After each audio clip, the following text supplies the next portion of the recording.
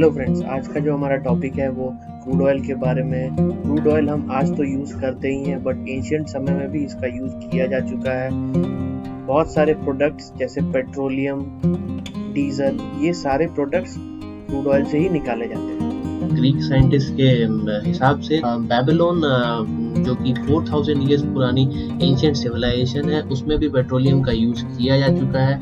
Walls construction में और towers में इसका यूज़ किया गया है। चाइना की हिस्ट्री में 2000 ईयर्स पहले भी इसके सबूत मिल चुके हैं। बात करें अगर जापान की, तो उसके भी एंशिएंट हिस्ट्री में इसके सबूत हैं। पेट्रोलियम की मॉडर्न हिस्ट्री 1847 में चालू होती है। उसके पहले कोल का यूज़ किया जाता था जितनी भी हमारी एनर्जी रिक्वायरमेंट है उसके लिए। 1847 में एक स्कॉटिश केमिस्ट थे जिनका नाम जेम्स यंग था। उन्होंने एक कोल माइन के रूफ के ऊपर डिस्कवर किया था एक ऑयल काइंड ऑफ मटेरियल जिसका यूज़ किया जा सकता था लाइटिंग के लिए एंड ऑल पर्पस के लिए। लेटर ऑन एक्सपेरिमेंट्स किए गए एंड ये नोटिस किया गया कि चैनल कोल, जो कि एक कोल का ही मटेरियल होता है, उसको अगर डिस्टिलेशन प्रोसेस में डाला गया तो पेट्रोलियम काइंड ऑफ प्रोडक्ट बनाया जा सकता है। इसके बाद ऑयल्स और सॉलिड पैराफिन वैक्स जो कि कोल से बनता था, उसको 1850 में पेटेंट कराया गया।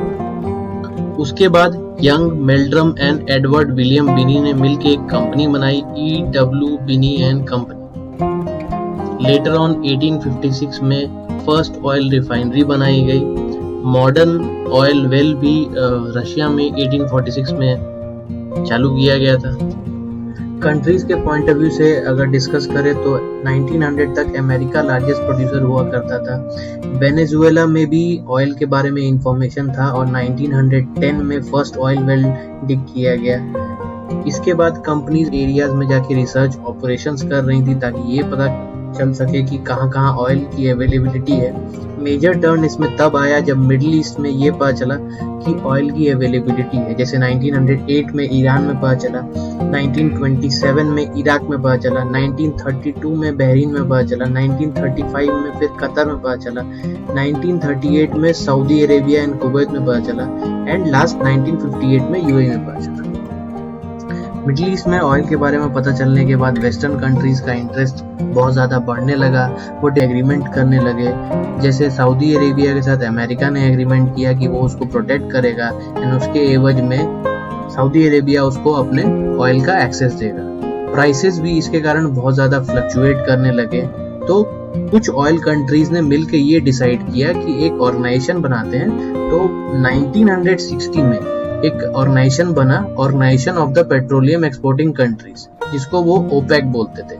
इसके फाउंडर मेंबर थे Venezuela, Saudi Arabia, Iraq, Iran and Kuwait. हालांकि और जो कंट्रीज थे जैसे यूके हो गया, रशिया हो गया, वो लोग ने बोला कि हम इसका पार्ट नहीं बनेंगे और हम खुद से अपनी प्राइस डिसाइड करेंगे।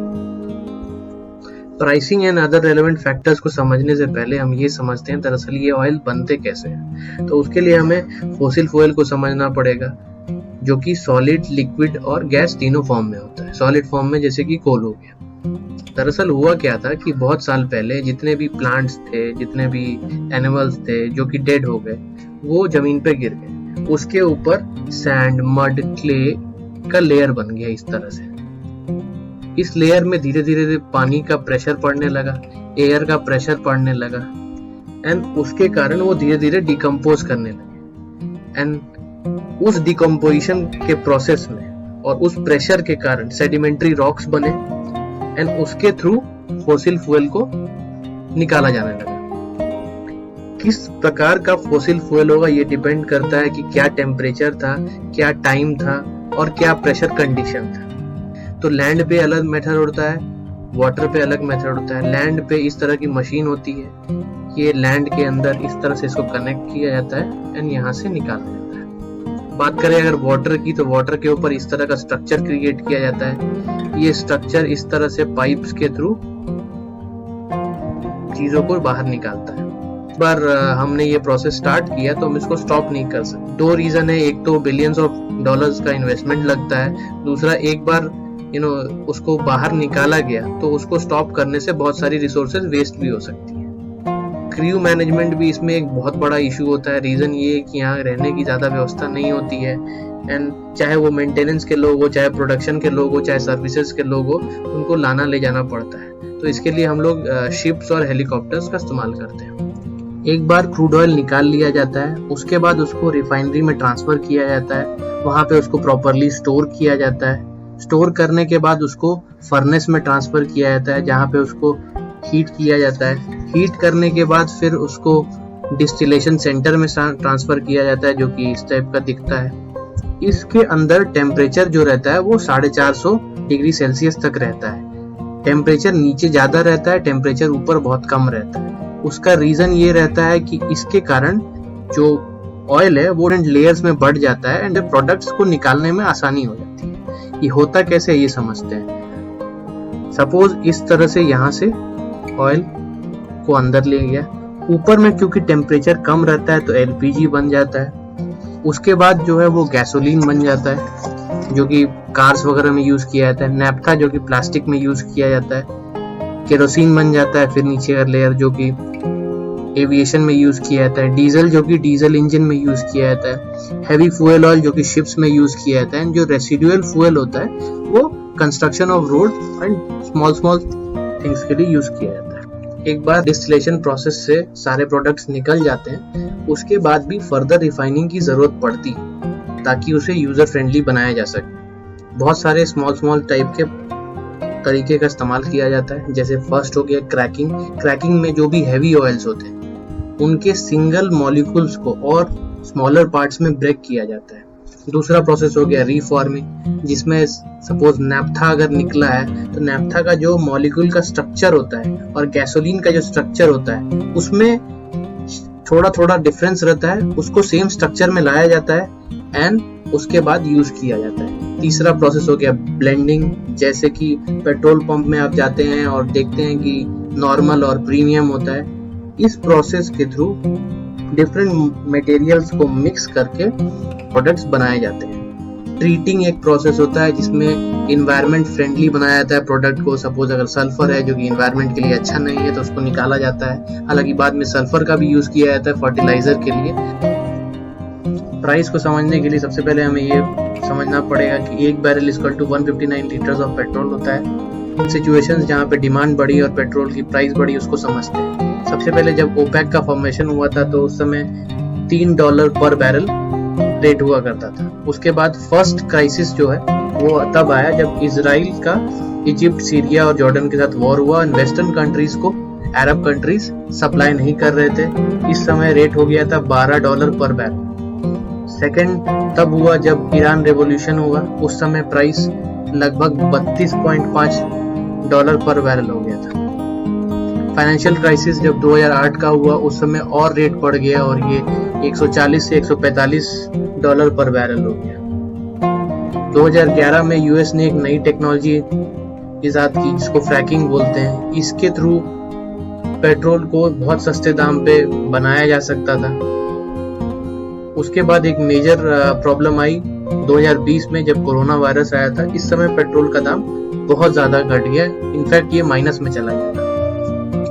ये प्रोडक्ट जो है वो एक लिमिटेड अमाउंट में, लेकिन स्टिल हम इनका यूज बंद नहीं कर सकते क्योंकि हमारी डे टू डे लाइफ में बहुत सारी ऐसी चीजें होती हैं जो हम यूज करते हैं इनके बदौलत। जैसे प्लास्टिक्स हो गए, फर्टिलाइजर्स हो गए, लिपस्टिक्स हो गए, हेयर कलर जो हम इस्तेमाल करते हैं, आंखों के लिए जो लेंसेज इस्तेमाल करते हैं, पेंट्स हो गए, गिटार के स्ट्रिंग हो गए, वैक्सेस हो गए, इंक्स हो गए। तो major producer USA, Saudi Arabia and Russia है। एंड लार्जेस्ट इंपोर्टर्स की तो चाइना, यूएसए एंड इंडिया है। यूएसए का नाम दोनों जगह कॉमन इसलिए क्योंकि उसकी रिक्वायरमेंट भी सबसे ज़्यादा है, तो इसलिए उसे सबसे ज़्यादा प्रोडक्शन के बाद भी इंपोर्ट करना पड़ता है। वर्ल्ड की टॉप 5 कंपनीज में सऊदी अमेरिको जो कि सऊदी अरेबिया की कंपनी है, रॉयल डच शेल जो कि नीदरलैंड और यूके की कंपनी है, चाइना नेशनल पेट्रोलियम कॉर्पोरेशन और पेट्रो चाइना कंपनी लिमिटेड जो कि चाइना की कंपनी है, एक्सॉन मोबिल जो कि यूनाइटेड स्टेट्स की कंपनी है। इंडिया की टॉप कंपनीज की बात करें तो इंडियन ऑयल कॉर्पोरेशन है, ONGC है, भारत पेट्रोलियम है, रिलायंस पेट्रोलियम लिमिटेड है and Acer oil limited. India में ऑयल एक बहुत ही कंट्रोवर्शियल टॉपिक है। उसका रीजन ये है कि हम जितना प्रोड्यूस करते हैं वो हमारे लिए सफिशिएंट नहीं होता है, एंड दूसरा ये है कि हमारा इंफ्रास्ट्रक्चर भी बहुत बड़ा है। इसी कारण इंडिया वर्ल्ड का 3rd लार्जेस्ट बायर भी है। एक और टॉपिक है जिसके वजह से ये कंट्रोवर्शियल होता है, वो उसका प्राइस स्ट्रक्चर है। इसमें सबसे पहले बेसिक प्राइस होता है, उसके बाद एंट्री टैक्स होता है, then refinery OMC margin and freight होता है, उसके बाद एक्साइज ड्यूटी एंड सेस होता है जो कि सेंट्रल गवर्नमेंट को जाता है, फिर डीलर कमीशन होता है, एंड देन उसके बाद वैट होता है जो कि स्टेट गवर्नमेंट को जाता है। जो टोटल प्राइस होता है उसका जो 60% होता है वो गवर्नमेंट को हमें पे करना पड़ता है। सेंट्रल गवर्नमेंट का थोड़ा ज्यादा होता है एंड स्टेट गवर्नमेंट का थोड़ा कम होता है। गवर्नमेंट को एक बैलेंस बनाने का कोशिश करना चाहिए ताकि हमारा इंफ्रास्ट्रक्चर का जो रिक्वायरमेंट है वो भी फुलफिल हो जाए और हमारी अल्टरनेटिव एनर्जी के ऊपर डिपेंडेंसी ज्यादा बढ़ जाए। ऑयल को रिप्लेस करना इतना आसान नहीं है। उसका रीजन ये है कि बहुत सारे प्रोडक्ट्स इससे बनते हैं एंड आज के डेट में हमारे पास ऐसा कोई अल्टरनेटिव मौजूद नहीं है। बट ये हमें समझना होगा कि ये रिसोर्सेज हमारे पास लिमिटेड अमाउंट में है। बहुत सारे अल्टरनेटिव्स जो हमारे पास अवेलेबल हैं वो हैं hydro energy, wind energy, solar energy and bio energy. धीरे धीरे गवर्नमेंट भी इस चीज को रियलाइज कर रही है, इसीलिए रिसर्च के काम भी किए जा रहे हैं। एक मिनिस्ट्री भी बनाई गई है, ministry of new and renewable energy. इस मिनिस्ट्री के अंतर्गत बहुत सारे काम भी हुए हैं, जैसे 2 हाइड्रो रिफ्यूलिंग प्रोजेक्ट लगे हैं फरीदाबाद और गुरुग्राम में। प्राइवेट सेक्टर भी इसके बारे में समझ रहे हैं, जैसे टाटा ने इलेक्ट्रिक कार इंट्रोड्यूस किया। धीरे धीरे हमें ये चीज समझना होगा ताकि हम इन रिसोर्सेज को अपने फ्यूचर जनरेशन को भी पास ऑन कर सकें। तो ये था टॉपिक क्रूड ऑयल।